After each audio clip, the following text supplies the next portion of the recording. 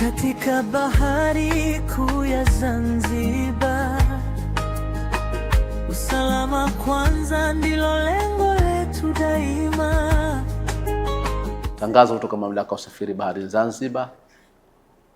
Ndugu wananchi, Mamlaka ya Usafiri Baharini Zanzibar inawatangazia wamiliki wa vyombo vya usafiri baharini ambavyo havijasajili au kuhuisha leseni za vyombo vyao, vikiwemo vya uvuvi, majahazi, vyombo vya mizigo, ngalawa na vyombo vingine vyote vinavyofanya kazi baharini Unguja na Pemba, kufika katika ofisi za Mamlaka ya Usafiri Baharini kufanya usajili wa vyombo si zaidi ya siku 14 kutoka tarehe ya tangazo hili la tarehe 15 Aprili 2026 hadi tarehe 30 mwezi huu wa Aprili 2026.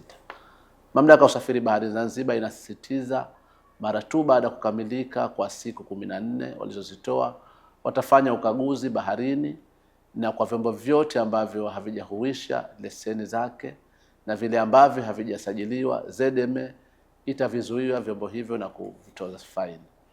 Mamlaka inawataka na kuwasisitiza wamiliki wa vyombo kusajili vyombo vyao na kuhuisha leseni ili kuepuka usumbufu ambao unaweza kujitokeza.